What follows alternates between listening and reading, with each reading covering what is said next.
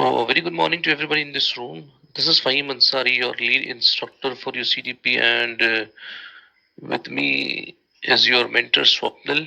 So, today is 12th of May 2020, and we are into the certified trading professional session number 14. Okay, yesterday we had a revision session, and just hold on, I'll just. So we had a revision session yesterday. Any difficulties from yesterday's session? Any doubts?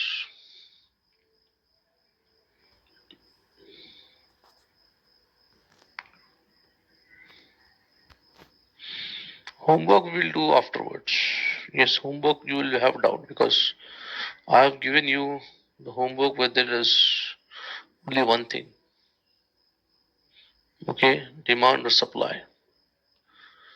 Okay, anyways, apart from that, did you guys go and have a look at the things that we did yesterday? The revision session. Okay, that's good. Okay, so today we are going to do risk management and position sizing. How to manage your risk and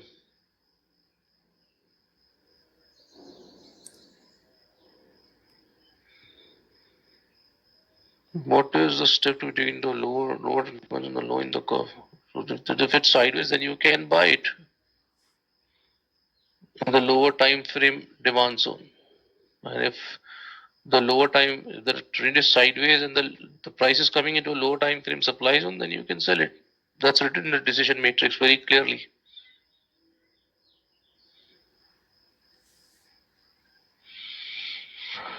Okay, so let us start with this.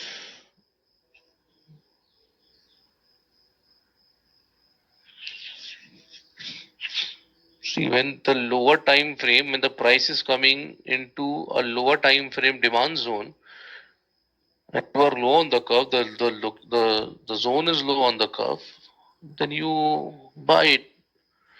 If there is supply zone in the lower time frame supply zone which is low on the curve, then you cannot sell it over there, right? Because in the wholesale pricing area you can only buy, you cannot sell it. Similarly, if there is a supply, if there is a demand zone on the high of the curve, you cannot buy there. Yes, you have to follow it as a rule book. That's the rule.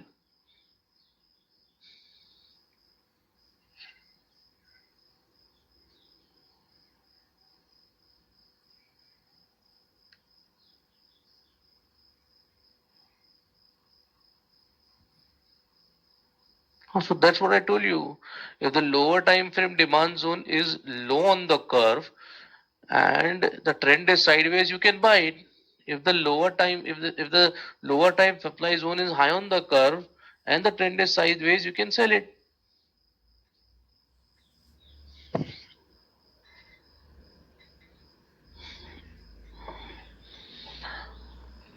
So let us start with the session today. No, it's not like that. Monthly chart, you get a data for years from when the stock was listed in the stock market. Okay, till then you'll get the data from that end of time.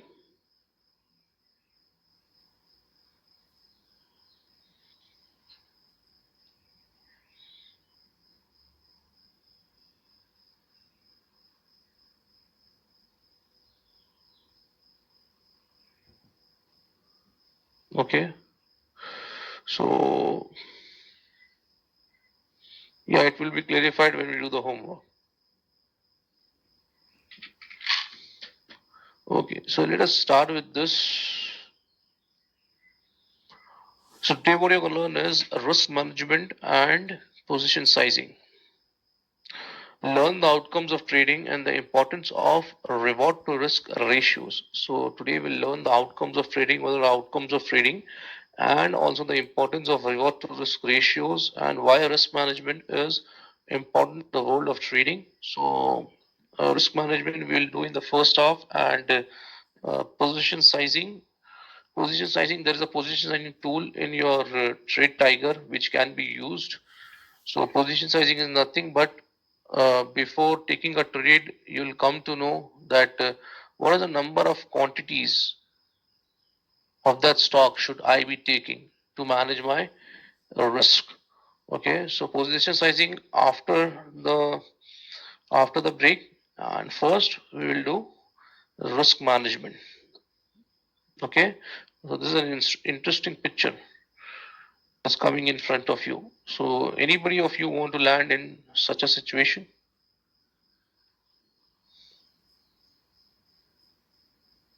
Nobody wants to, land in such a situation. Then you have to follow the risk management. Okay, you have to follow risk management. Now, when you take a trade, when you take a trade, there are only five trading outcomes. Okay, there are only five trading outcomes. What are those? First is large profit. You can have a large profit in your trade. You can have small profit. You can have a break even. Break even means no profit, no loss. You can have a small loss, and you can also have a large loss. Okay, so with any trade, these are the only five possible outcomes. So if you are able to manage this large loss, if you are managed to able this large loss, then you are able, then you are left with a formula for success in your trading. You have to manage this large loss. And how can we manage this large loss? By putting a proper stop loss in place. Okay, so if you eliminate the large loss outcome, then you are left with a formula for success. Why do traders let the large loss trade happen? Why do traders let the large loss trade happen? Because they do not put the stop loss, the greed, okay, the ego.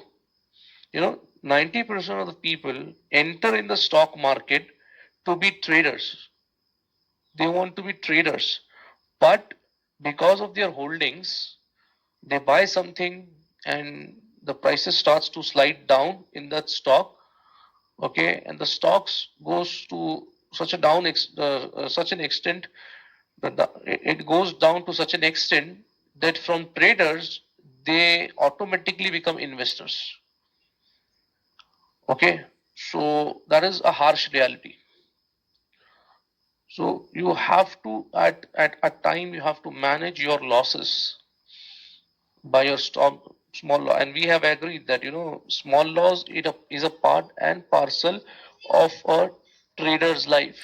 Okay, small loss is a part and parcel of a trader's life. Okay, so you have to is having a small stop loss. Okay, yes, even my mentors have stop loss. No, I have not told you being investor is not a good thing. I did not tell you like that.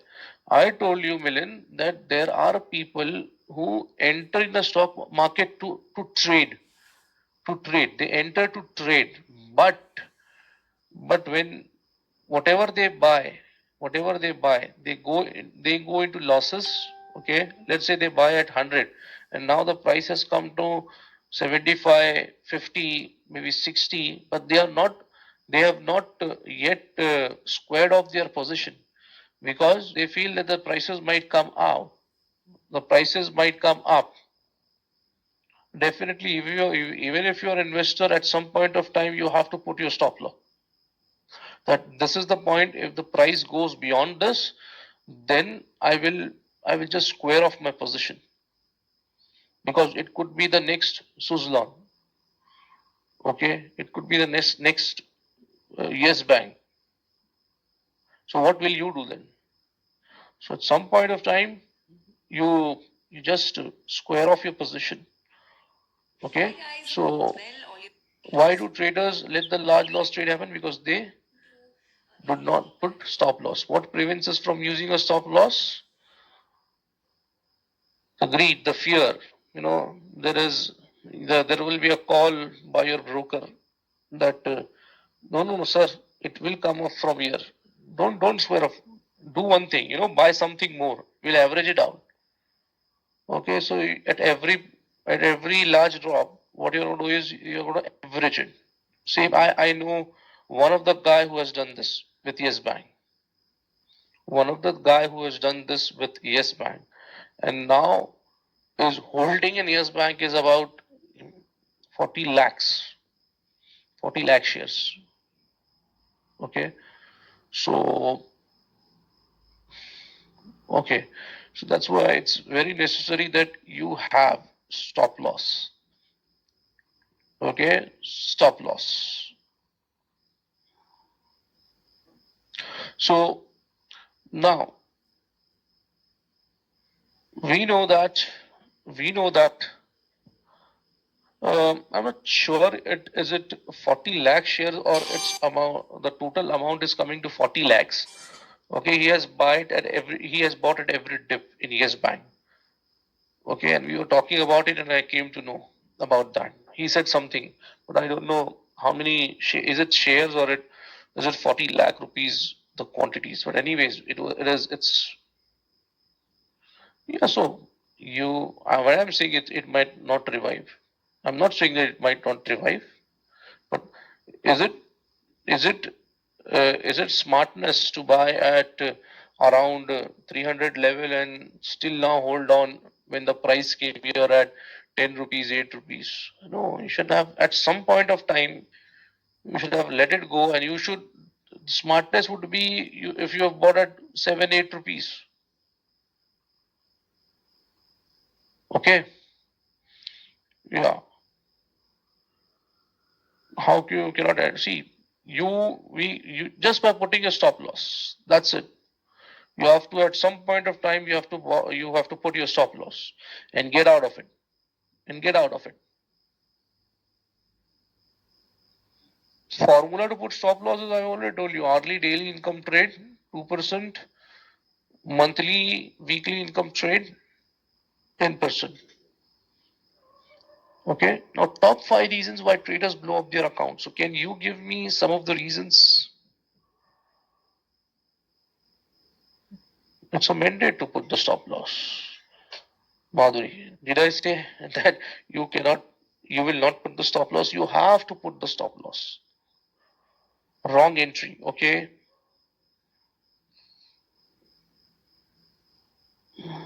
No idea about trading. So, what is the right word? That's what I was looking for.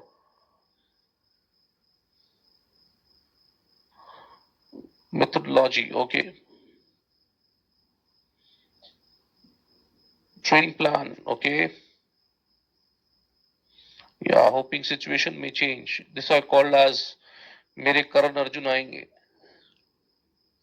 Improper analysis, okay. Speculation, no proper target, okay. Herd mentality, okay. Half information, yes, your absence of risk management, not discipline. So, what I wanted from you is this thing. Yes, not interesting to accept the small losses. Lack of specialized education and continuous mentoring. Okay, they don't have a proper education for for the stock markets, where to buy, where to sell. Okay, how are the stock market working? Okay, so this is the main thing that people, lack. They make continuous losses, and I've seen that. People are ready to trade, but they are not ready to upgrade their skills by putting some money into the education. I've seen this. I have taken sessions for PTW Power Trading Workshop for Online Trading Academy, and there people have said that we will trade, but we will not put money in the education. I know people.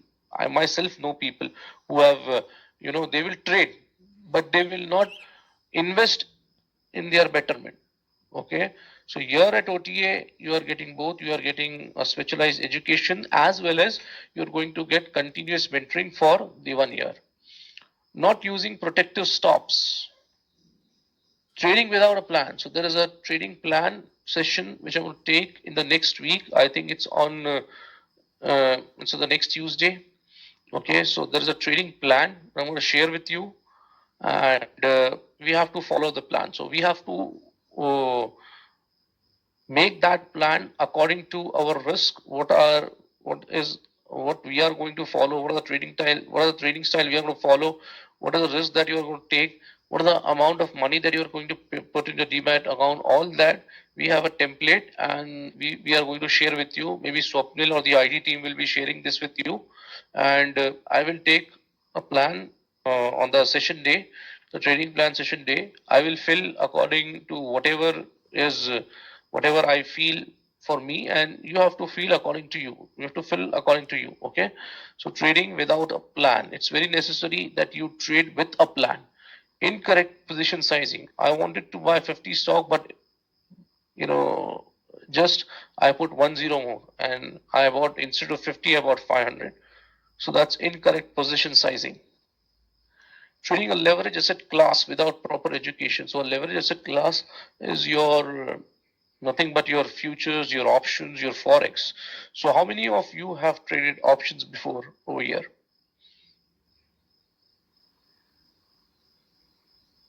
Alan has. Okay. So this is applicable to the people who have traded options. So has it happened that you may have traded option, you may have bought an option, and the price of the stock has gone up, but the price of the option did not go up. Has this happened with you? Yes. Huh. So why is that? Why is that happening? Because that was not the time to buy an option. That was the time to sell an option. You have bought an inflated option. Okay, you have bought an inflated option. Okay, so there is that's why I told you yesterday and in the multiple time frame analysis session also that if you don't have any knowledge of that leverage asset class, you should not be trading that leverage asset class. Though your when you come to us for the advanced courses, we will teach you to buy in a demand zone and sell in supply zone, irrespective of whatever asset class that you are trading.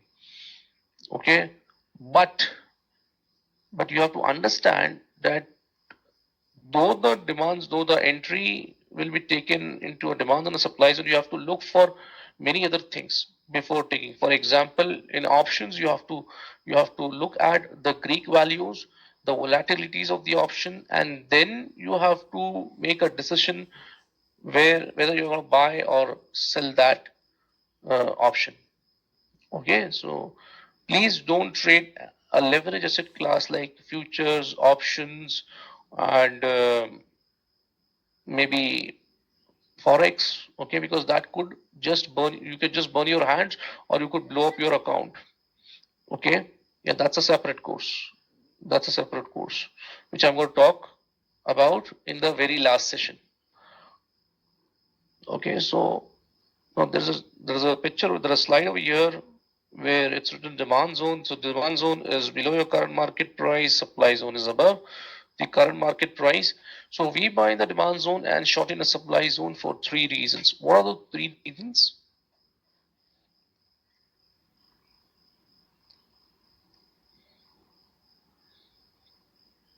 We have been doing this for a quite 6-7 days. Yes, less risk, high probability entry, and high profit. Okay, so to minimize loss, to maximize profit, and to maximize probability. These are the 3 main reasons that we buy in a demand zone and sell in a supply zone.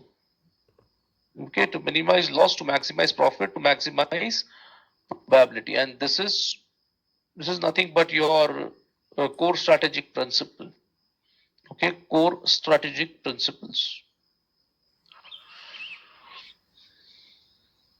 So now there's a supply zone over here, there's a demand zone, the stop loss has been put below the distal line of a supply zone. So this is your risk. Okay. Now, what is the one important factor that even you have done your curve analysis, you have done your zone analysis, you have done your trend analysis, you have put your odds and answers score. Okay, but before taking an entry, you take that into consideration. Even if the odds and answers score is 7 and you do not get that particular thing, you will not go with the trade. So, what is that one thing? What is that one important thing? What is that one important factor? No, no current price, no recheck trend. It's in front of you. The reward to risk, very good. That is your profit zone. Okay, that is your profit zone. You should get a decent reward to risk. Okay, you should get a decent reward to risk. If you are not getting a decent reward to risk, then you will not go with that trade.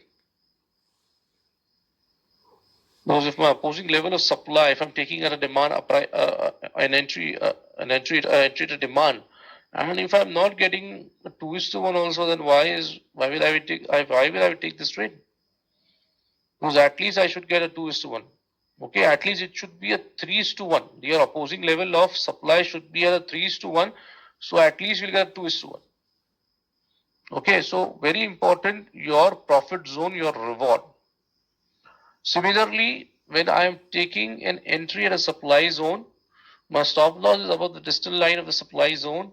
So this is my risk involved in a trade, and I have to look for my profit zone. Okay, even if the odds and answer scores are good and I do not get my profit, the reward to risk that I want to, then I will not be going with that trade.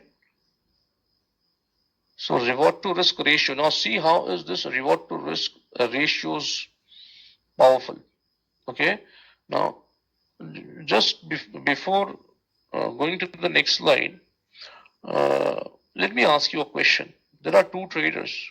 Okay, there are two traders. One of the traders, one of the traders is having 3 profits, 7 losses, and the other trader is having 8 profits, 2 losses. Whom do you think will be making the most profit, or whom do you think is profitable?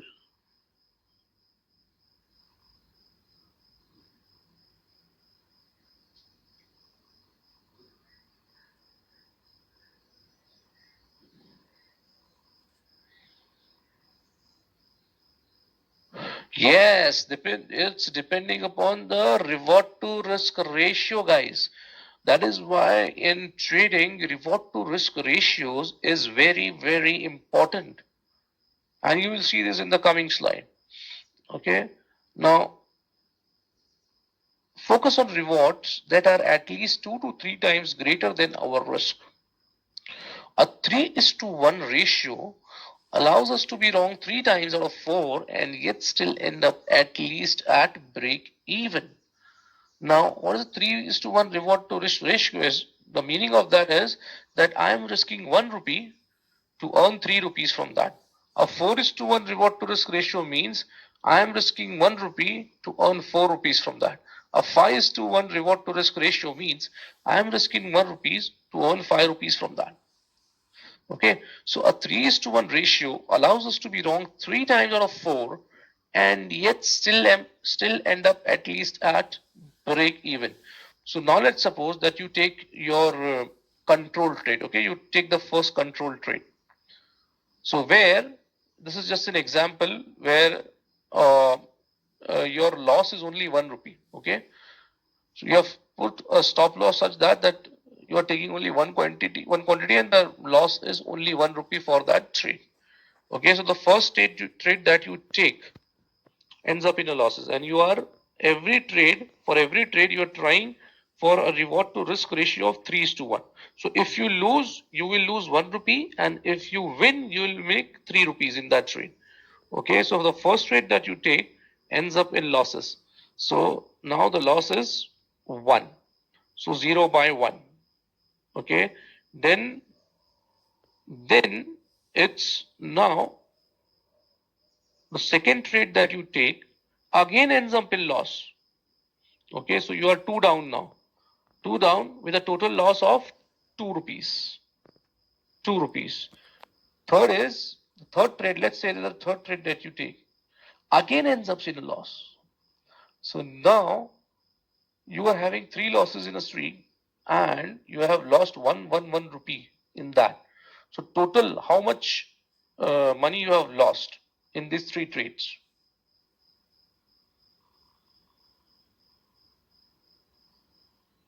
3 rupees, right? 3, 3 rupees. 3 rupees. So you have lost 3 rupees over here. Now the fourth trade that you take,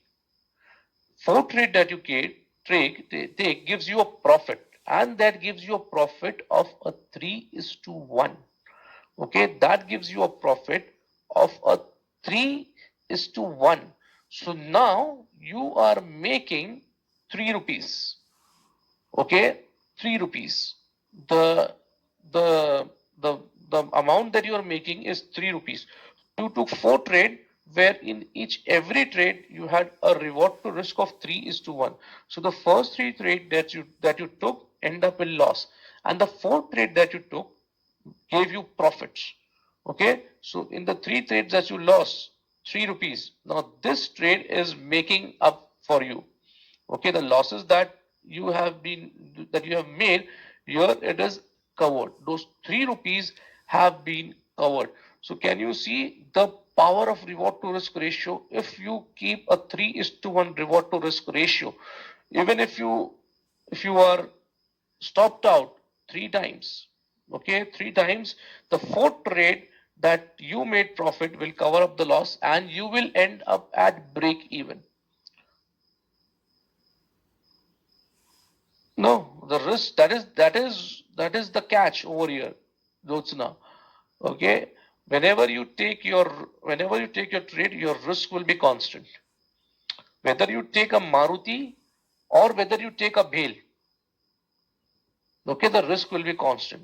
We will apply the formula in such a scenario or in such a situation or in such a way that the risk will be constant for every trade.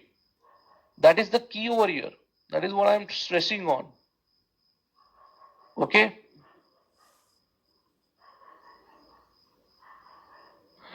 We are talking about the reward to risk ratio, Shravan. There is again another thing that comes. What I till now have not got from you, because this is the general thing that generally comes up when I'm teaching classes. Sir, what about the brokerage? Brokerage and all, that there is a cost of doing business. Okay, we are talking about the notional reward to risk that we are getting. That is, what is the trading? What is the cost involved when you are trading? Trading, you have to treat trading like a business. Okay, so what is the cost involved? Only when you trade, you have to get brokerage and the internet money and the laptop that you have. Okay, see, that's what I tell you, Rishikesh. Now, whatever your brokerage is, I don't know. That you talk with your relationship manager. Yeah, it's in few phases, but sometimes it become big. That depends on your relationship manager and your relationship with your manager. Okay, how is your relationship with your manager? So if it's good, they reduce. Simply, if you trade, if you give them large chunks of trade, then they might just reduce your brokerage. Maybe a 20 paisa or 30 paisa or maybe a 10 paisa, whatever you see with them. 10 paisa, maybe 5 paisa. Okay, just see that. See, my concern here is, once you start making profit now, these are all. Now, I have not seen what is my brokerage from the last 3 years or so. Because if you start making money, then these are all, you can say it's a byproduct. Okay. Once money start coming into your account, then these are all small costs involved in your trading. Okay. So what is not fixed? See, I don't know about brokerage. Brokerage are different for different people. You go and ask your relationship manager. Okay, that is a different thing. You go and please ask your relationship manager. This was just an example that I was giving you. So you have to focus on your reward to risk ratios.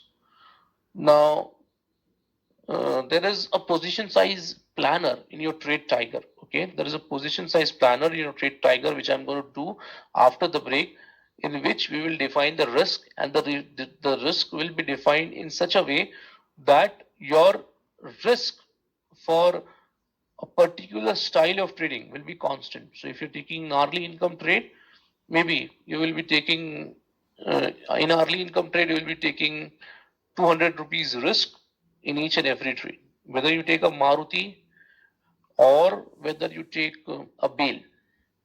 Okay, so now here there is a demand zone, there is a stock EBC. So this is priced at 10. I'm going to buy at 10. My stop loss is at 9. Okay, so the risk involved in this trade is 1 rupee. Okay, 1 rupee per share. Now here, if I'm selecting my target as 11, that is, I'm risking 1 rupee and I'm trying to only earn 1 rupee, then this is my weak target. So this is my weak 1:1 reward to risk ratio is a weak target. Similarly, if the target is 12, that means I'm risking 1 rupee. I'm risking 1 rupee to make 2 rupees from that. So that is a strong target. That is a strong target. 2:1 is a strong target. But which is the strongest target? 3:1. If I'm losing 1 rupee to make 3 rupees from that, 3:1 reward to risk ratio, that's your strongest target. You can also go beyond 4:1, 5:1. So 5:1 will allow you to be wrong 5 times in a trade, and the sixth trade that you make your profit on will end up in break even. Okay, so reward to risk is one factor that will upscale your trading, that will bring you to a level, where even if your reward to risk is higher, 4:1, 5:1, even if you have three winning trades from 10 trades, you will make money. 5:1 is I'm risking 1 rupee to earn 5 rupees from that. Okay. Yeah, you can keep it. Not a problem. But 2:1 so good. Yeah, yes. That's what I'm telling you. It's a 2:1 or 3:1. See, whatever in the beginning, it's important that you take profits. That boost your confidence. Boost your confidence. Just hold on, guys. Just hold on.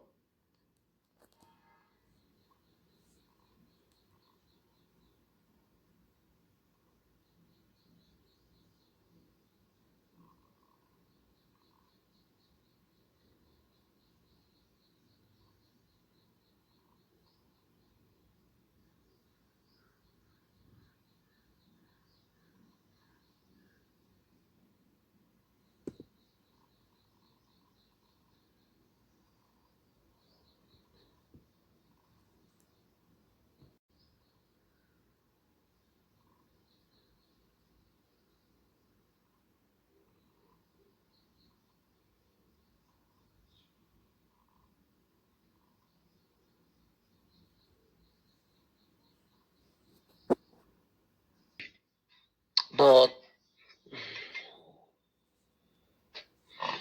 Yeah, see, Prasanna, you have to keep it constant, okay?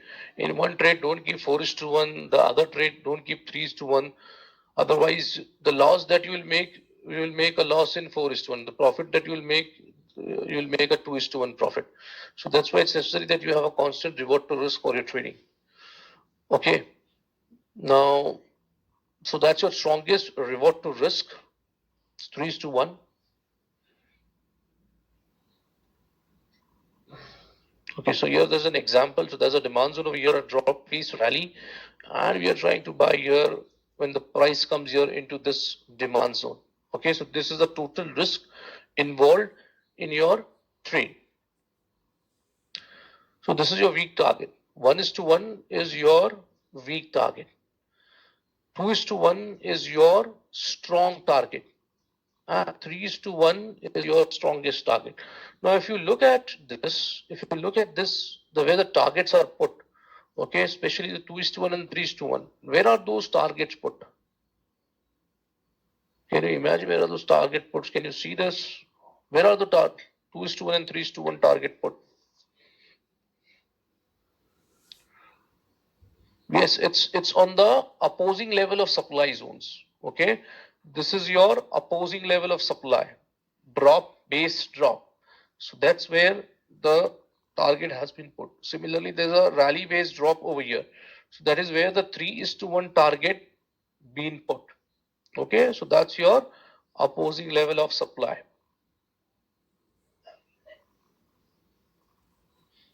Why is it that? Have you traded, Alan? Have you traded?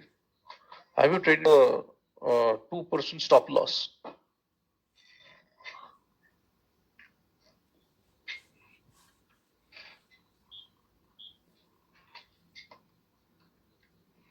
So how will you say that? How can you say that every time it will hit and just go up? Do we always get these trades? Yes, yes. Why not? You have to keep patience, Rajiv.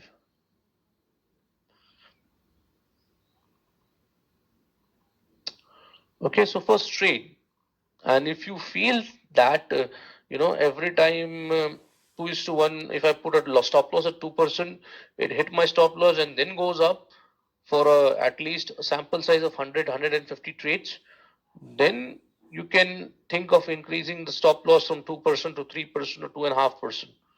That's what you can do.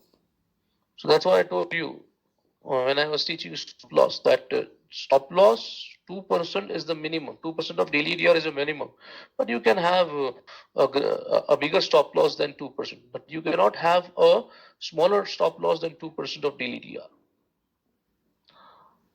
Okay. Whatever you feel. So there will be Sahil, there will be intraday traders who will be making more money than the weekly income traders. There will be weekly or monthly income traders who will be making more money than a daily and hourly income trader. So could be higher also. So you take Sanjay, you take a hard target, a mechanical target of 2 is to 1. Okay, if it's too far away, it's the opposing level of demand or supply is at 7 is to 1, 8 is to 1, and you cannot hold on till that 8 is to 1. You don't have the patience to hold to a 5 is to 1. Then you take a mechanical target of 2 is to 1, 3 is to 1. And corresponding the reward will be. I didn't get your question. No, it's not like that, Ashu. Who told you? It's not like that. See, I'm telling you, there is no shortcut in trading. There is no holy grail in trading. Okay, you need to scan at least uh, 25 trades to get one decent trade. Sometimes it will happen. Sometimes it will happen that you scan 50 trades that you might not get. Sometimes it will happen that you might scan 5. You'll get 2 to 3 opportunities in that. Okay. The only thing is that you have to scan trades. So let's go here and see the supply zone. So the similar thing is applicable to supply zone also. There is supply zone. I'm shorting a trade. There is an XYZ stock. I'm shorting at 20. The stop loss is 21, and the total risk in trade is 1. So now, where in a short trade, where I will be making money when the price comes at 21 or it comes at 19? Where will I start to make money if I'm going short? So that was the thing, right? Somebody told 20 is where you are shorting, Rajiv sir. See, always remember in a short trade, you will make money when the price is coming down. Okay, from 20, it has as soon as it has become 19.90, you will start to make profits. Okay, you'll start to make profits. Not when the price goes up, because we are selling high. We are selling high and we want to buy cheap. So we have first sold it. See, whether it's a bear market or whether it's a bull market, we will apply our core strategy and then decide what is the action to be taken. In a bear market, if you get uh, a supply zone, the price coming into a supply zone, that's good. Similarly, in a bull market, if you get a retracement of the price to a good demand zone, that's good. That will enhance your probability of making profit. Yeah, in shorting, you cannot keep stock more than a day in equities, in stocks. But in futures, the leverage asset class that I talked about, Sahil, the options, the forex, the futures, there you can carry your short to the next day. Okay, so this is where you will make profit. So 1:1 is a weak reward to risk ratio. 2:1 is a strong reward to risk ratio, that is at 18, and 3:1 is your strongest reward to risk ratio. Okay, 3:1 is your strongest reward to risk ratio. Okay, so let's go here. And there's an example of a supply zone. So this is the supply zone I'm trying to short. The prices have come here into the supply zone. Okay, now this is 1:1 reward to risk ratio, which are weak. This is 2:1, the strong, and the strongest is 3:1. Okay, so these are your reward to risk ratio. Now position sizing, I'm going to do it after the break. So let's start with our homework. 3:1 is good, but even if you get a 2:1 on in the beginning, that's better. It's not a problem. Nothing. Order creation, order, I will teach you how to put your order, not order creation. Yeah, trailing stop loss when I do bracket orders, Prasad. And I will do the theory and then you decide whether it is suitable for you or not. Okay, because the, there are two ways of putting the trailing stop loss. So according to me, I put a manual stop loss, trailing stop loss. Okay, and there is an automated way of trailing stop loss, which is covered. Manual way of putting a stop loss is not covered here. So I follow the manual way. I do not follow the automated way. Yeah, what's the question? Prasanna, any question on this?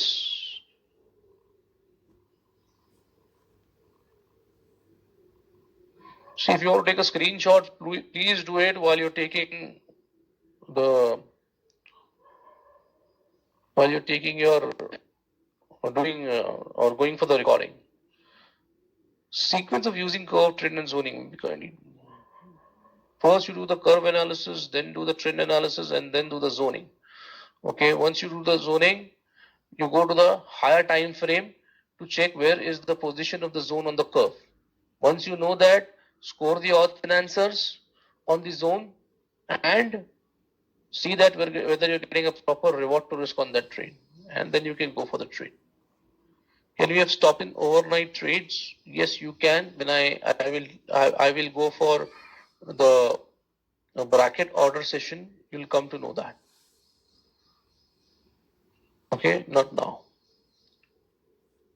So what was the example? One was monthly income trade. I think Divi's Lab was a weekly income trade. So let's go here to Divi's Lab first.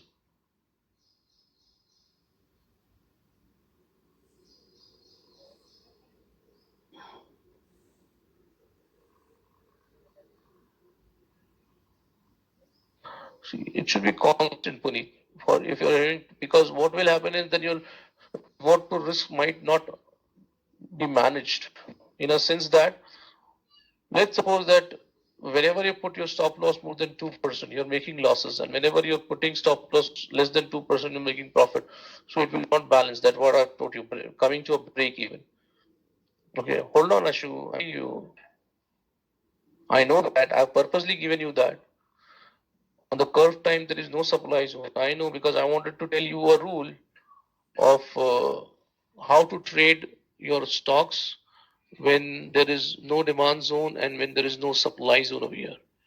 Okay, so I'll just delete this. Okay, so now I told you to go for a weekly income trade on Divi's Lab. So what are the time frames that I'm going to use on this?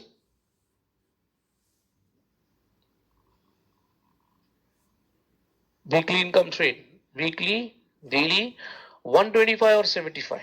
Okay, first I'll go to a 125-minute demand zone or supply zone to look for 125-minute demand zone or supply zone, and then I will have a look at, if there is no demand zone on the 125 minutes, then definitely I'll have a look at the 75-minute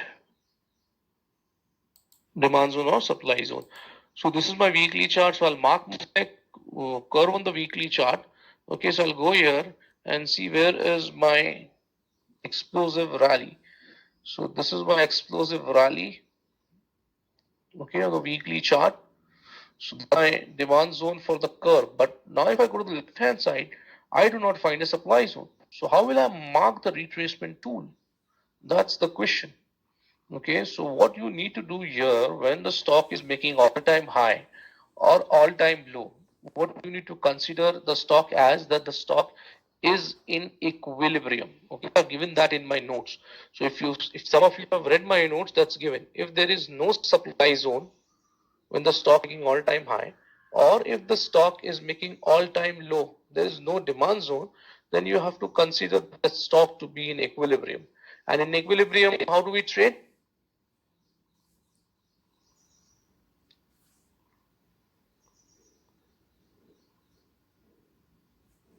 How do we trade? Yeah, go with the trend. Go with the trend. Buy when the trend is up and short when the trend is down. Right? Now, there's a question that, see, if I mark this demand zone at 1962, then some people will tell this is not a leg candle. Okay, that's why I've avoided marking this right now. Okay, that's why I've marked a clear demand zone where there is a basing candle. Okay, this is a based candle. Okay, so that's why I've not marked that. Otherwise, you will be confused. If you ask me, I will take this as only my demand zone, not this. Okay, so let's now go on to the daily chart. That's yes, you have to apply stop loss on all the trades that you take, Prasad, but not on this time frame, not on the weekly time frame. You have to apply stop loss on the 125 or 75-minute demand zone, right? So daily chart, I'll go here. I'll look at the trend. Okay, so what is the trend on the daily chart? It is up. It's up, right? So now I'm in equilibrium. My trend is up. So can I go long? Can I go long now? Yes. Can I go long? So I'll now have a look at a 125-minute demand zone. I'll go to the 125-minute demand zone and I'll start from here. Start with the current market price. Look left and down until I find origin of a strong rally in the price. So can I see a strong rally in the price over here?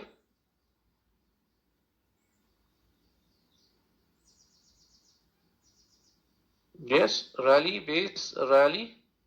Yeah, that is my demand zone. So now what will be the odds and answers for this zone?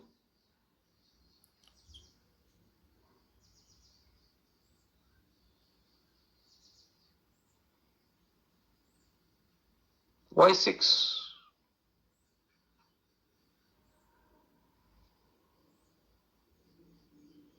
or Y7? Where are we losing?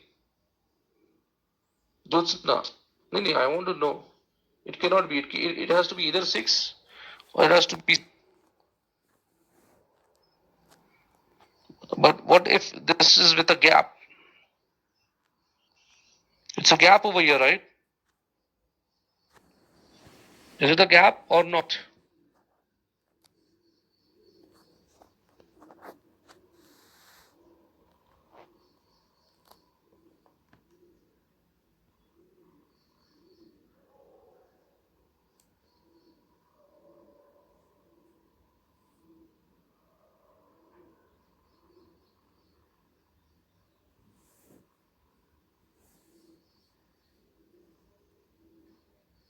over here in this candle.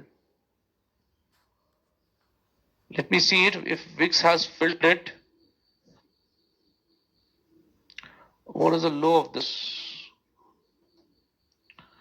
Low of this is 2200. What is the high of this? 2195. 220. So there is still a gap, right, of 5 rupees over here. So that's a gap. Okay, so there's a gap over here. So we will, yeah, it's a little gap, but it's a gap. Let's consider that as a gap. Otherwise, there will be again subjectivity. So 3 plus 2 for the strength plus 2 for candles in the base. So the scores comes to 7. Okay, the scores comes to 7. So hence, T1 entry, right? Type 1 entry or a proximal entry. Should be a T1 entry.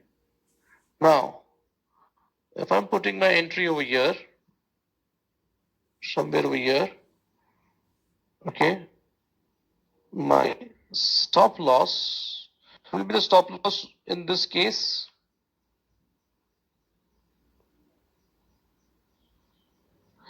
Now this will not be 2% because this is a weekly income trade, right?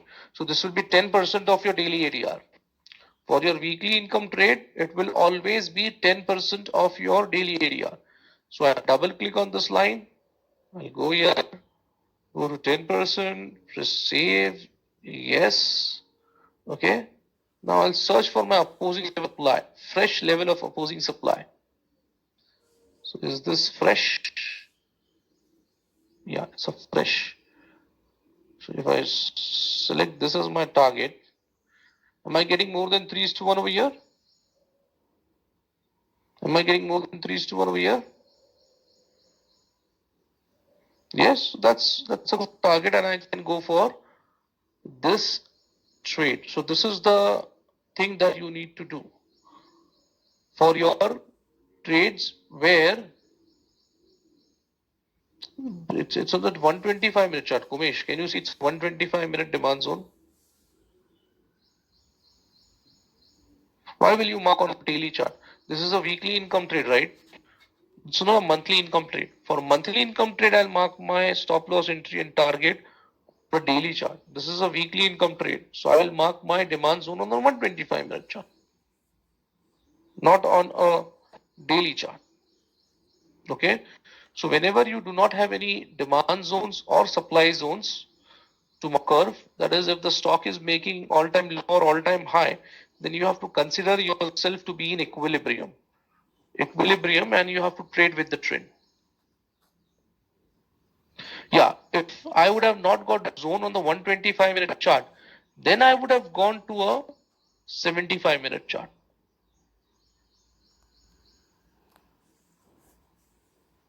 Okay. And the second scenario to go for SEPA is, let's suppose that I would not have got a 125-minute demand zone at this price, 206, if there would have not been any demand zone. So there would have been a demand zone over here, okay, at this price. Then this would have been too far. So in this case, what you can do is you can go to a 75-minute demand zone because the 125-minute demand zone is too far. No, there is no need. Otherwise, you'll be confused, Lakshmi. No, you have to check 120. First, you check. See, understand one thing, okay? The higher you go with the time frames, the more is the probability that your trade is going to work because the width of that demand zone is more. It has more time. A 5-minute demand zone is too small. Okay, so it can just whipsaw your trade.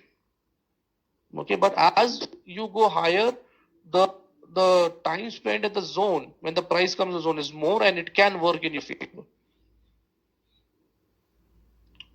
Trade with the trend. So trend is up for this Rishikesh. As the current market near to supply, as a power trend, we have to buy. So buy price has to come to demand zone, but it is near to supply zone, so it has to come down. In that case, can we? No. Why will we short? So that is the problem. Again, you will be becoming. Is this supply zone tradable? Is there a high probability? Is this a high probability supply zone? This must violate. Okay, there was a supply zone here also, right? There was a supply zone here, but did the price respect this supply zone? It came just a bit down and then again it started to move up. So don't do this.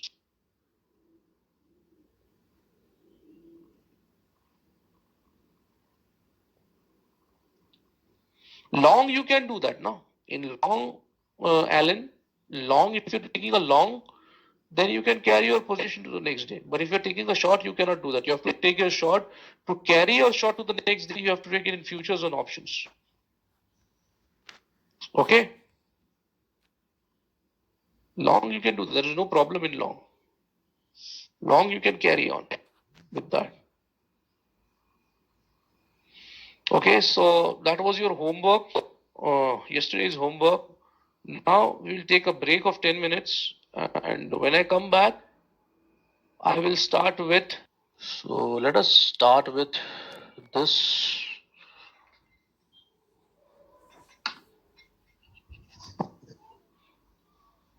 Position size.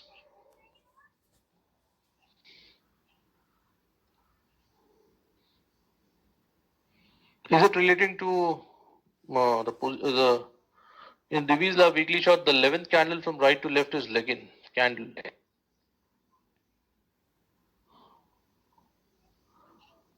Which, where is the Divi's Lab?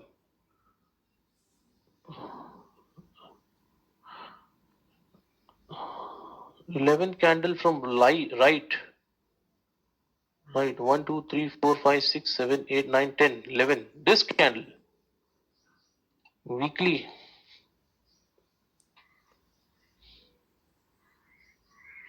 One, two, three, four, five, six. That is tested, I feel. That's why, there's been such a big demand zone. See, this is tested, no? Now see whether it's tested or not. Okay, so let's go here and please, guys, first you have shown you everything, right? So you must see that whether it's uh, matching all the conditions. Okay, that you can see that. If you have doubt, no problem, but see whether it's matching all the conditions. So that's your position size.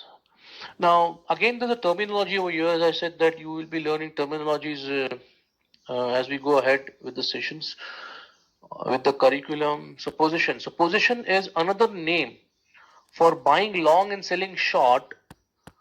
The financial market is taking a position. So another name for buying long and selling short in the financial market is taking a position. So when you buy or sell a short, that is where we say that I have taken a position in Reliance, whether it's a buy position or it's a sell position. Okay. Now size, the number of units, shares for your equities, contracts for your options, lots for your futures, okay, etc. Involved in a trading position. Okay, so the number of units that you buy or sell in your trading position is called as your size. So a complete order in the financial market includes now 4 components. So we had 3 components before: stop loss, entry, and target. Now we have added one more dimension to this SET, that is your size. Okay, that is your size. So properly determining position size is key in managing risk. Every asset will have a specific way on how to calculate the proper position size, but there is a rule that applies to all of them. So every asset class has a specific way of calculating the proper position sizing, but there is a rule of 2%. Okay, so what is that rule of 2%? Okay, so I'll tell you in short. The 2% rule is that let's suppose that you have a lakh of rupees in your demat account. So what is the 2% of that?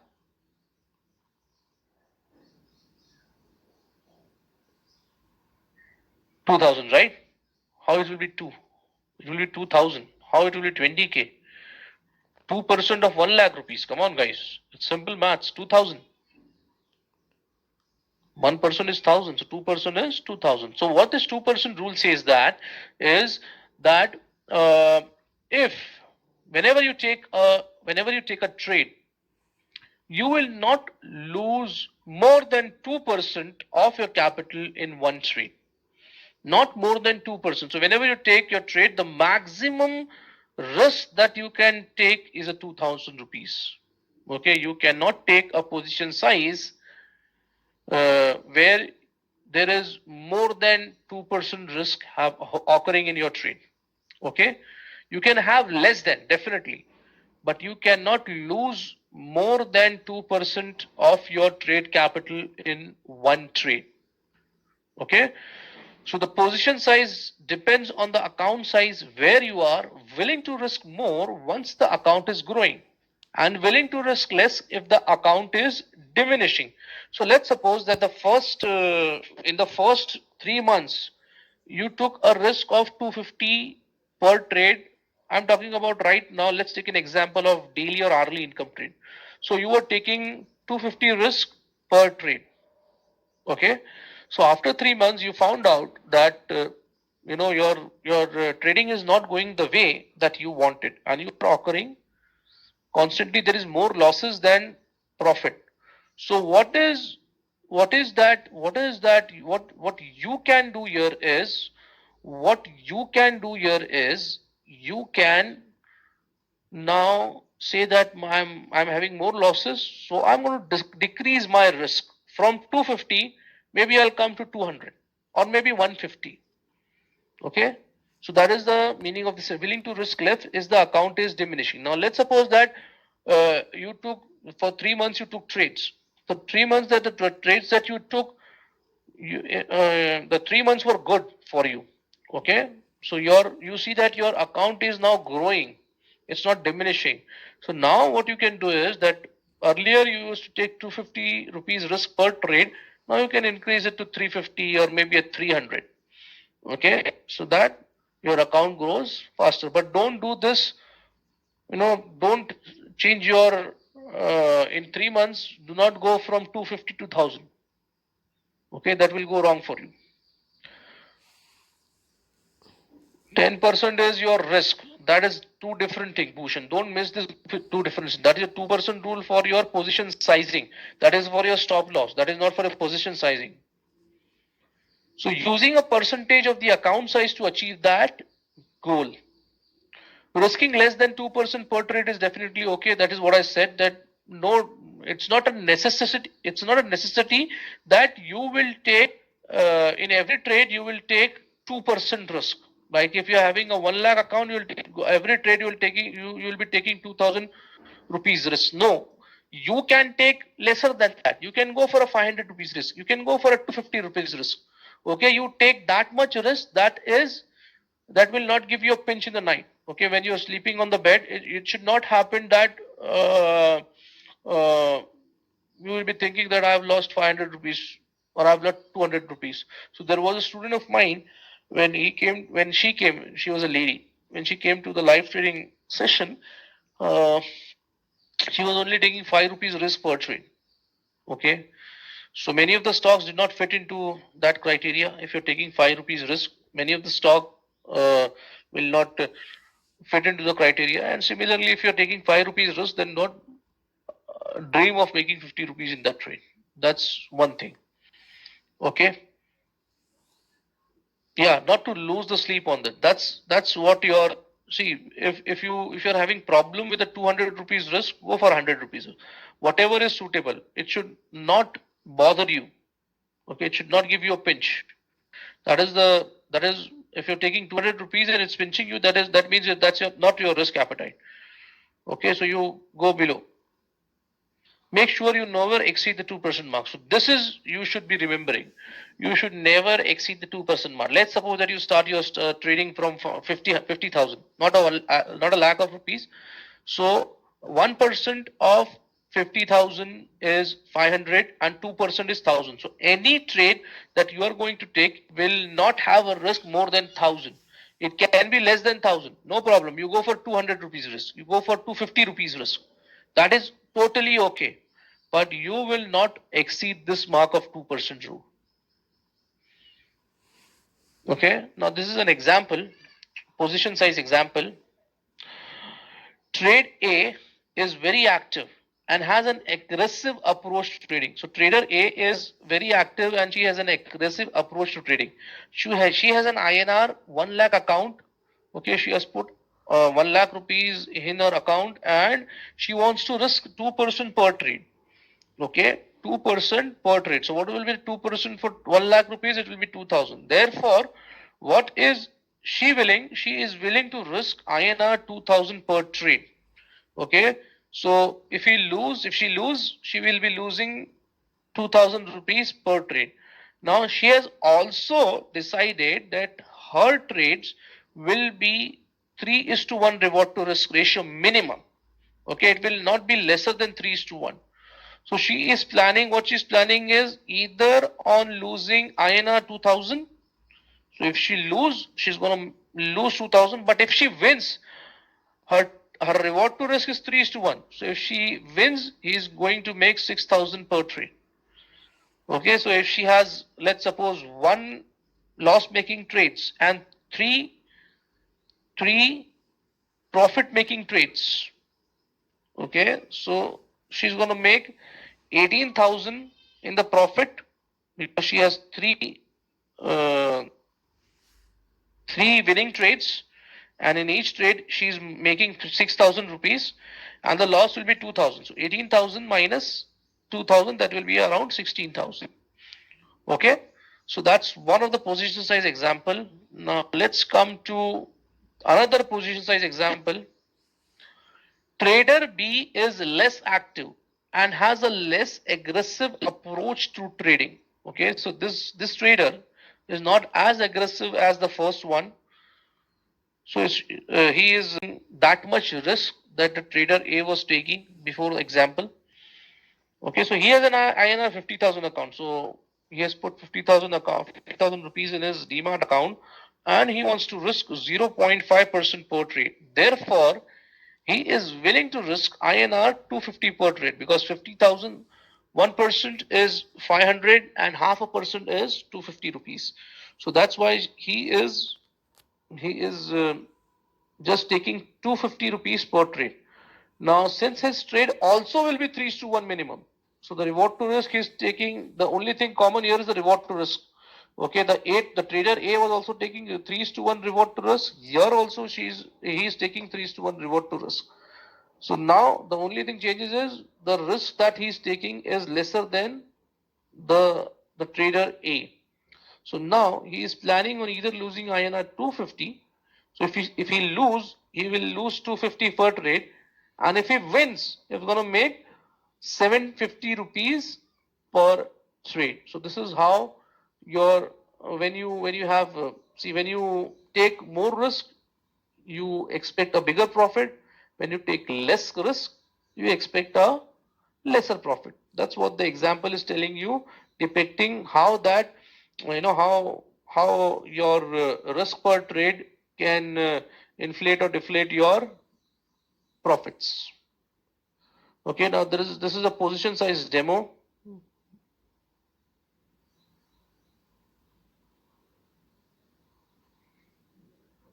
See, again, you are missing, Bhushan, you are missing 10%. 10% stop loss is for that particular trade, the distal line. Okay, why will he do only weekly, monthly income trade? He can do hourly and daily income trade also. Why will he do only weekly, monthly income trade? So he will be having 2000 risk per trade for each and everything, for whether it's a monthly income trade or it's a weekly income trade. Okay.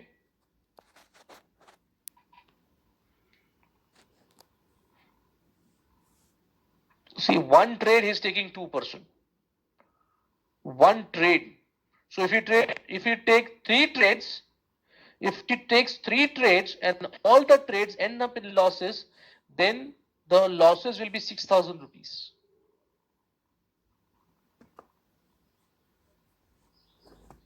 Okay.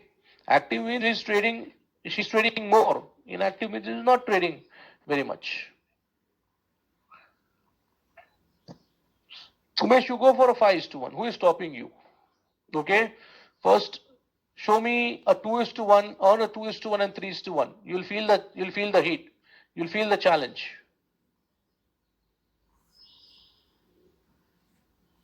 See again, Bhushan, I'm telling you, you are mixing two things. You are not thinking in perspective of the position size that I'm teaching you. Okay, the 2% is it's not the max stop loss, it's your 2% beyond your distal line. That is not your position size. The 2% the stop loss, that doesn't the position size does not depend on your 2% stop loss. It will be a function of the stop loss entry and target. So if I limit my loss to 1,000 per trade and my stop loss is 10 rupees per share, then the position, hold on Pradeep, I'm coming to it. Okay, when we found more than one supply zone or two demand zone in chart, then we have to choose supply zone or demand zone. Again, Ashu, why is this confusing you? Simple. See, whether you go for a supply zone or a demand zone, that will depend on your decision matrix. That will depend on your decision matrix, not whether the current supply zone is nearer to the price or current demand zone is nearer to the price on the lower time frame. Okay? Yeah, daily and hourly income trade, you can go for intraday only, Alan. Okay, daily income trades also you might get your targets within 2-3 days. We don't know that. So if you are going for a daily income trade and if you went for a 15-minute short on a daily income trade and the trade doesn't give you the reward to risk on that particular day, then you have to square off at whatever price it may be at 3 or 350. Okay. Now under the Ignite tab, there is a thing called as position size planner. Okay, position size planner in which you will fill your risk to automatically get the position size that you need for your trade. So select new. So once you go to the Ignite tab, I'll show you this. Just hold on. Right now, let's go with the slides and I will go and explain you in the practical mode. So select new if you are creating the plan for the very first time. So for everybody, this new will be enabled for you. Okay, but for me, this will not be enabled because I've already did it. Okay, so this will not be enabled for me. I can only go here, view and modify my position size planner. Once you fill this position size planner, you will also not be able to go with new. You will be able to go with view and modify. So select view and modify if you want to modify your existing plan. Okay. Next, select your specific trading style. For example, hourly income.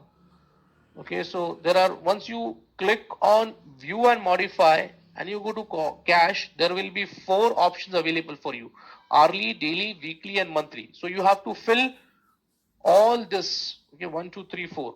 All of this income style: hourly, daily, weekly, and monthly. So now next select your specific trading style, for example, hourly income. So you have selected hourly income and you give capital allocation, whatever you want. You give your capital allocation and risk per trade in person. So if you have 1 lakh rupees account, you give it 2%. So 2% automatically of 1 lakh will be calculated and risk per trade will be calculated and this will be filled over here 2000. Or even if you put 2000 here, this will be automatically calculated. So this is interdependent. Okay, if you write here 2%, it will automatically calculate over here. Now you don't know how much percent is it. Let's suppose that you are having 13,000. You want to put 13,000 rupees in your Demat account for trading. Okay, and you just want to have 200 rupees risk per trade. So you write 200, and it will automatically calculate what is the risk per trade in person for you. Okay, so the risk per trade is automatically calculated. One of this box will be automatically calculated for you. If you put here the number, this will be automatically calculated. If you put this as your number, this will be automatically calculated. Okay. Now this is an example that where we want to take the trade. So entry, stop loss, and target. Okay, so this is your entry, this is stop loss, and that's your target. Now, what will the user do? The user will double click on this entry line. So once you double click on this entry line, there is a bracket order window opening, which I will teach you in the bracket order session, maybe on, I think, not tomorrow, day after tomorrow.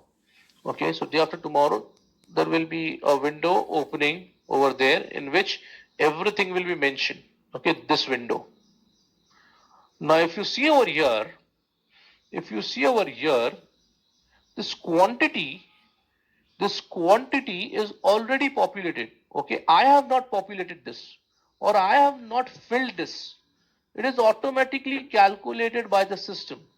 Okay, why it calculated? Because for an hourly income, you have put your the capital as 1 lakh and risk per trade is 2000. Okay, because you want to take 2000 risk per trade.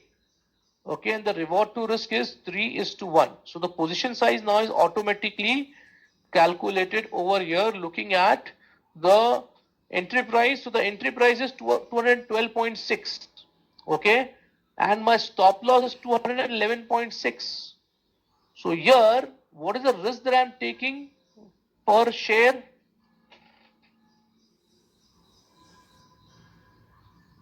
What is the risk that I am taking per share? 1 rupee. Very good, Saurav. Very good. It's 1 rupees.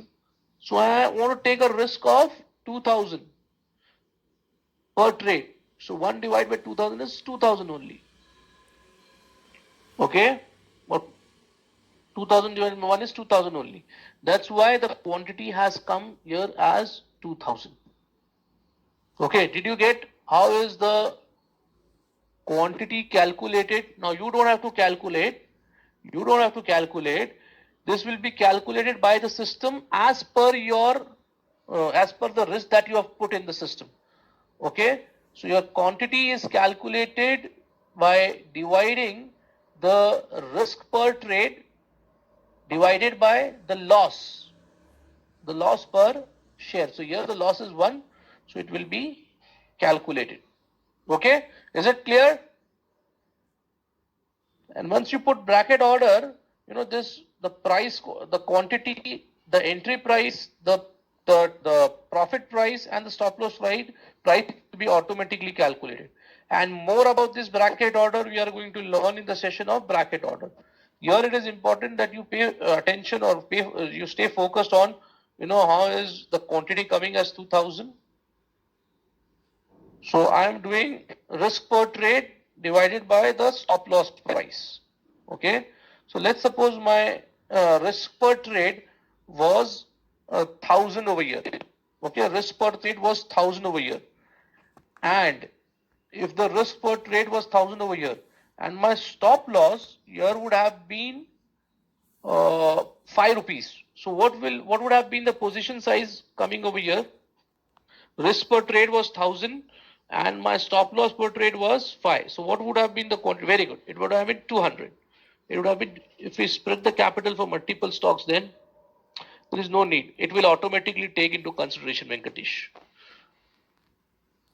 See, there is no investment over here. We will only go for trading over here.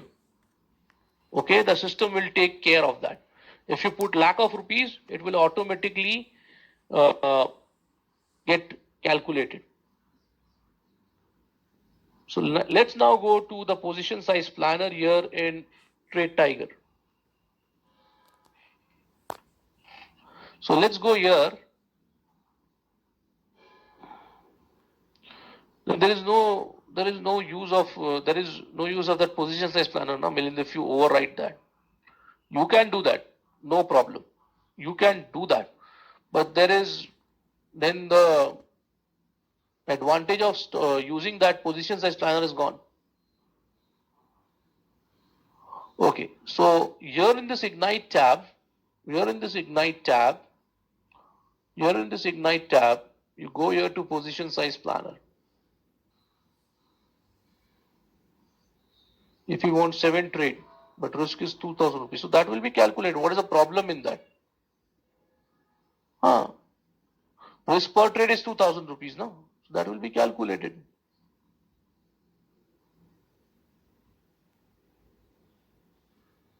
First you see what I'm right now doing, Ashu, and then you, if you have any doubts, then you tell me. So you go here to position size planner, go to new. Okay, for you, new will be enabled. Can you see this is grayed out for me? This is grayed out for me. So here, this will be enabled for you because you are filling for the first time. So you go to view and modify, go to cash, now go to hourly income over here. Okay, now and this is a demo account, so there is no cash right now. So select trading style, I've selected hourly income. Let's go for this capital allocation as 1 lakh rupees. And here I want to risk only for hourly income, I want to risk only 100. So this is 0.1%. Okay, 0.1%. So here, whether I take a Maruti or an Axis Bank trade, I will not lose more than 100. That is sure. Okay, I'll press modify over here. Similarly, I'll go to this position size planner again, go to view and modify cash, daily income, and I'll put this risk per trade is for daily income, I'll put that as 200. So I know when I'm taking a daily income trade, before taking a daily income trade, I know that I am going to incur a loss of 200 rupees if the stock doesn't go into my favor, whether I go long or short. If I incur loss, that will be 200. Okay, so before taking my hourly income trade, or before taking my daily income trade, I know what is the amount of money I'm going to lose. For hourly income trade, I'm going to lose 100. For daily income trade, I'm going to lose 200. Okay, so I'll go here and put modify. No, 1 lakh is enough. Okay, 1 lakh. See, we just want to have that figure for our stop loss, for our position sizing. Okay, important is what is the amount that you want to lose. That is very important for a particular style of trading. The system doesn't know that. System will calculate as per your risk. As per your risk. Whether you take a Maruti or whether you take a Bank of Baroda, it will take as per your risk. So view and modify, go to cash, weekly income, 1 lakh. Yeah, so I'll just keep this risk as 500 only. So 500. So this is 0.5% of 1 lakh. I'll press modify. Similarly, I'll go here to position size, view and modify, cash, monthly income. So I want to have a 1% risk per trade. So let's write here 1%. So if I write 1, automatically 1000 comes here. So this is to modify.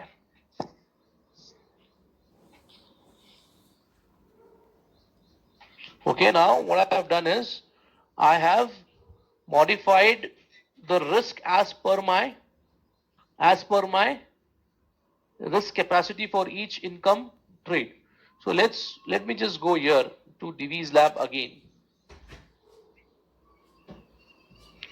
to a 125-minute chart.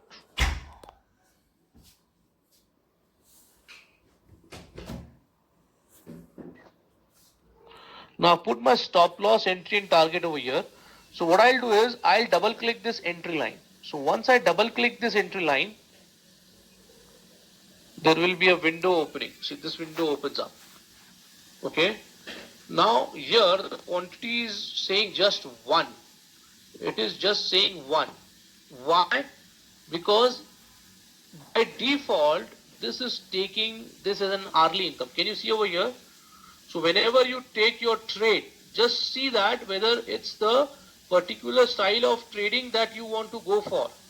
Okay, system will not make any difference because it is just giving you stop loss, entry and target. It doesn't know whether you want to go for an hourly income trade, weekly income trade, monthly or daily income trade. So from here you have to specify. This is a weekly income trade. So see this, the position sizing over here. Okay, it was 1.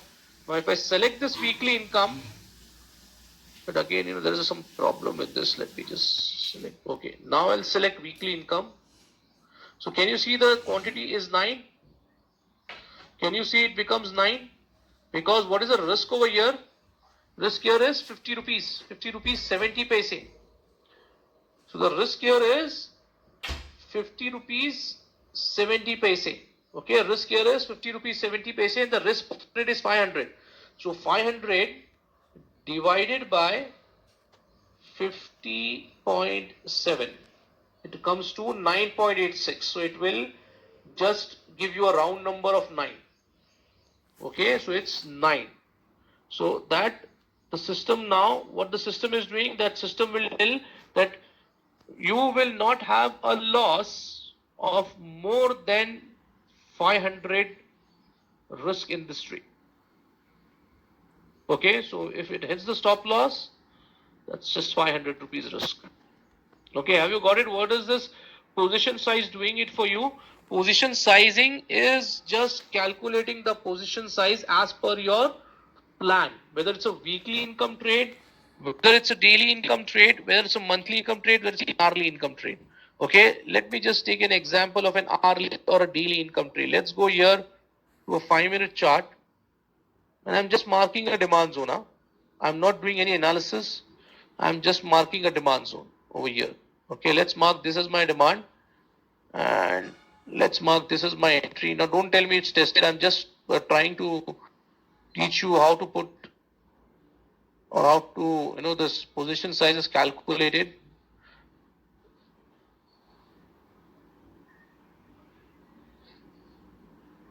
Target. Okay, let's suppose this is my target. Now when I double click this, let's suppose this is a 15-minute chart. Okay, so when I double click this,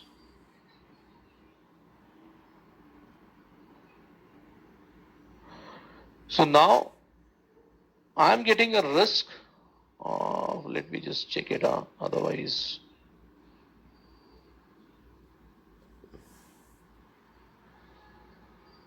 hourly income. Okay, so my risk here is, now this is again not giving my, there is some problem with this position size planner. Okay, so you constantly do this because this is not giving me the same result. Because the position size should not be 72 or 145 for hourly income. Okay, it should be 100 divided by 6.85, because the 100 is the risk. Okay, 100 is the risk that I am taking in an hourly income trade, and 6.85 is the total risk per trade, which is equal to 14. So 14 is my reward to risk. So those who have still this we've still not got this Ignite tab can use this calculator. I have shown you how to calculate position sizing. Okay, so what you have to do is total risk divided by the risk divided by the stop loss over here. Okay, the amount of stop loss. So here it's 6.85. So that's why we are getting, if you get 14.59, you just don't look at this decimal point. You just look at this number, whole number over here. Okay.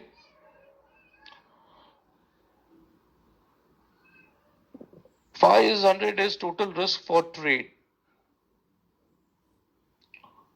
You have to put your entry, stop loss and target, all the three things to get your bracket order.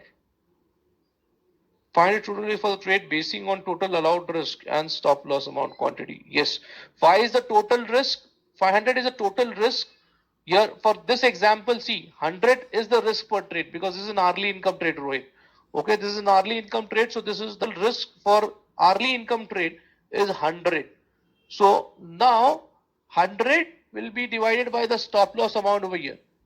Okay, the stop loss. So the stop loss is 6.85. So 100 divided by 6.85 is 14. Okay. This is a 5-minute chart. So I've done it hourly, Gaurav, Venkatesh. If it is on a 15-minute chart, then it will be a daily income trade. till and as you want. So when I go to the bracket order, Sanjay, I will teach you how to keep your long trades open till and when you get your targets. Yeah, it will be 14 shares. 14 shares. Okay, have you got this? Have you got this? The position size planner and how to calculate the position size manually. Okay, manually. Please see this, whether it's an hourly, and apart from the last 1 month, we are having some problem with this position size planner. Otherwise, this used to calculate perfectly for your hourly, daily, monthly, and weekly income trades. But right now, there is some problem. So when you go for this position size planner, just cross check it whether your quantity is as per your risk or not. Okay, because right now I'm changing it to hourly, it's not changing. See, weekly, it's not changing. Monthly, it's not changing. Hourly, no. Daily, no, it's not changing. Let's remove this and do it for this. So now, see, now hourly, it's coming as 14.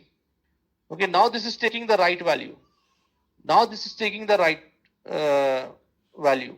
Okay. Now if I go for a daily income, is it changing? No, did not change.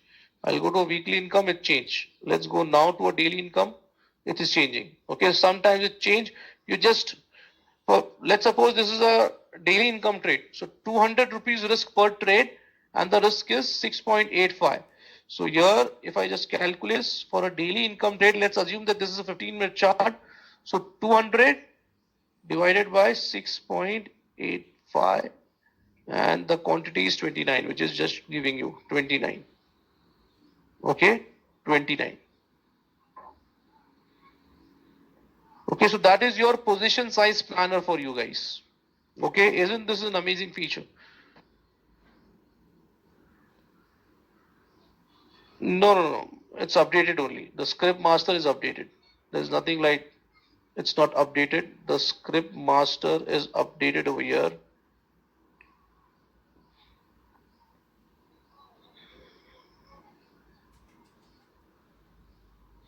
Because this had me the problem.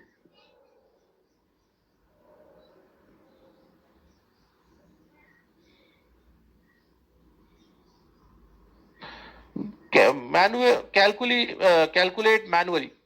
Calculate manually. See, the risk will be constant.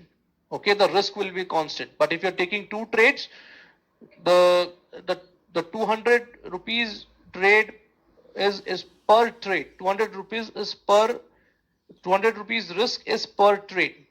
Okay, if you are going for two daily income trades, then if you lose both the trades, then you will be having a loss of 400 rupees. Yes, that's what I've told you, Vivek. You go here into position size planner. You have to go here into position size planner over here and do it for everything. Hourly, daily, weekly, monthly, whatever suits you. I have given you an example of hourly income 100 rupees, daily income 200 rupees, weekly 500 and monthly 1000. So you go and do whatever risk suits you. Now I've updated the script. Now let's go for this.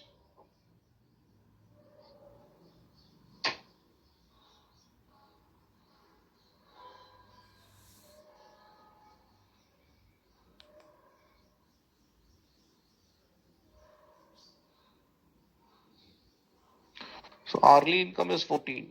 Daily income is still 14. Yeah, it's per trade.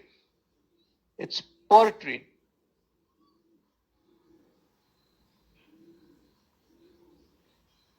Okay, so let me go for the, see whatever is with your control trades, Swapnil will take care of that.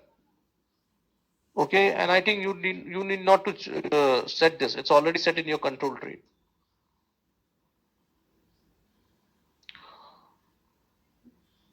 2% rule is per trade, but I have selected more less than 2% now for hourly daily. I have selected 0.1% for hourly, 0.2% for my daily, 0.5% for my weekly, and 1% for my monthly income trade. Just see the recording, Raminder. Okay, so Equitas was the trade a monthly income trade. You want to set it as 2%, you can select it 2%. I have just told you that 2%, if you look at my recording or if you go for it, I said that 2% is the maximum. You can go below 2%. You can select 1.5%, you can select 1%, and it's in the beginning, it's not very good to select 2%, because 2%, 3-4 trades that you take, let's suppose my capital is 1 lakh rupees and I have 2% risk per trade, then 4 or 5 trades getting me stopped out in the beginning will just erode my 10% of capital. Okay, so if you keep 2000 as your risk, your 10% of your capital will be simply eroded.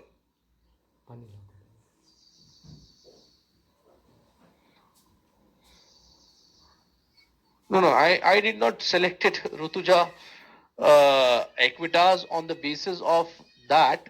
I just selected Equitas because Equitas did not have a demand zone on a monthly chart.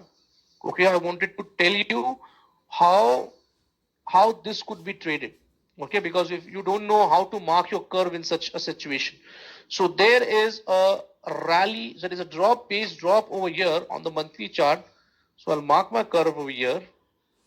Okay, then because this doesn't have any supply zone, sorry, this doesn't have demand zone on the lower side, I will consider myself to be in equilibrium.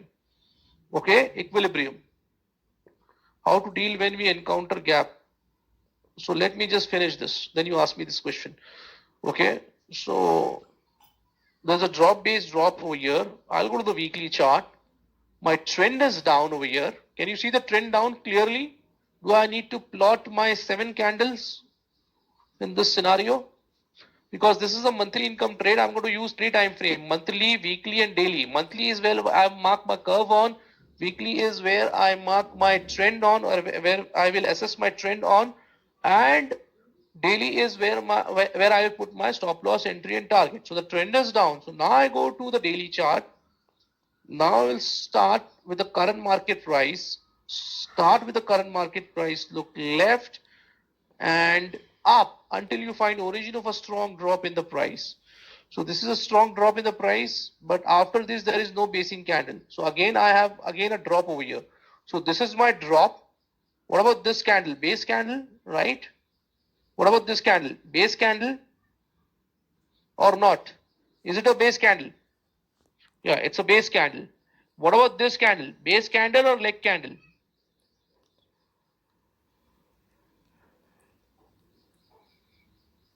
It's a leg candle. So it's a rally based drop. It's a rally based drop, right? It's a rally, base, and a drop. So I'll go and mark my zone like this. There is a doubt over here, so let's check it. So those who are telling me this is a base candle have not done the homework. Okay, this is not a base candle. This is a leg candle.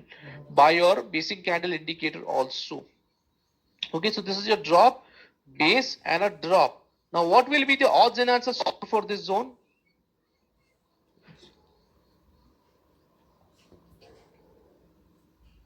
What will be the odds and answers for this zone? 7, everybody agrees to this. 3, 4, freshness. Why 6, Rishikesh? Why 6? Why 6? Where are we losing 1 point? Where are we losing 1 point? Who said red candle is intersecting? Please have a look at my session.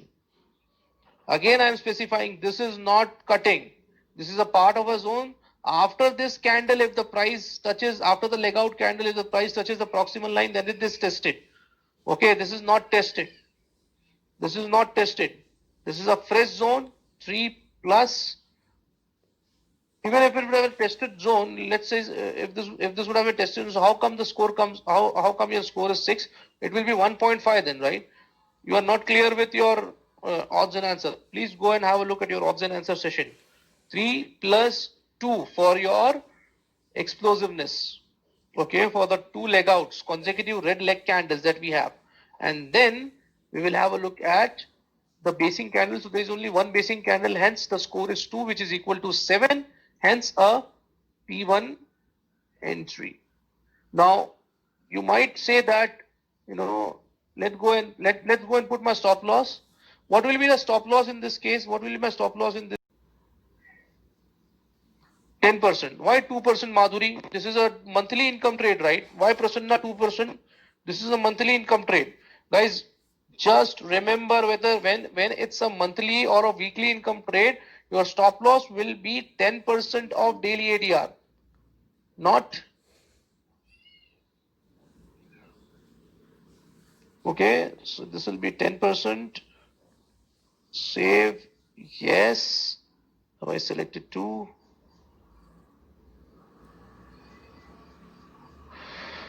And your target will be, let's suppose 3:1.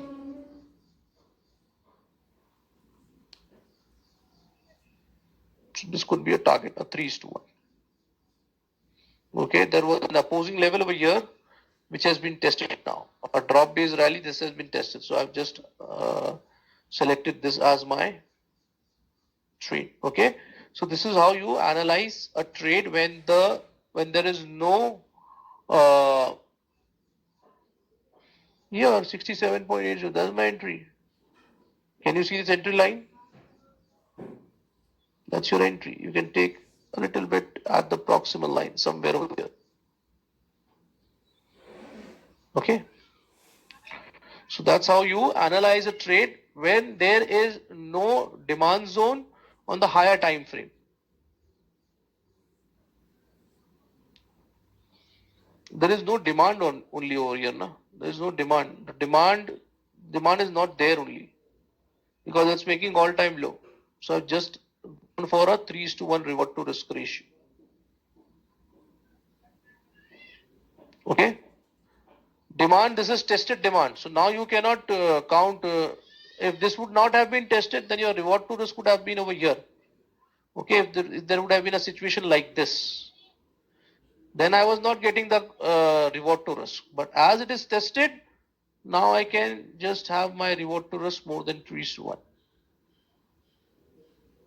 Okay, so that's how we do this. Okay, so let me just go here and look for some trades.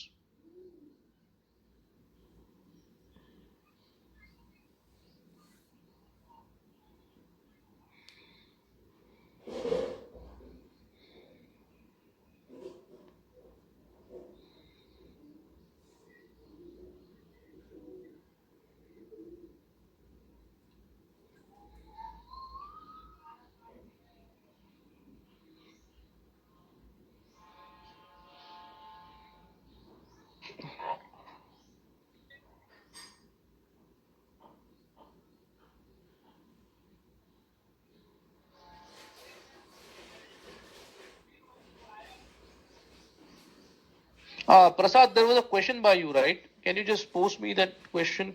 In Divis Davi said that you will mark another zone without basing candle indicator. That was for location, it's okay. Not for my stop loss entry and target.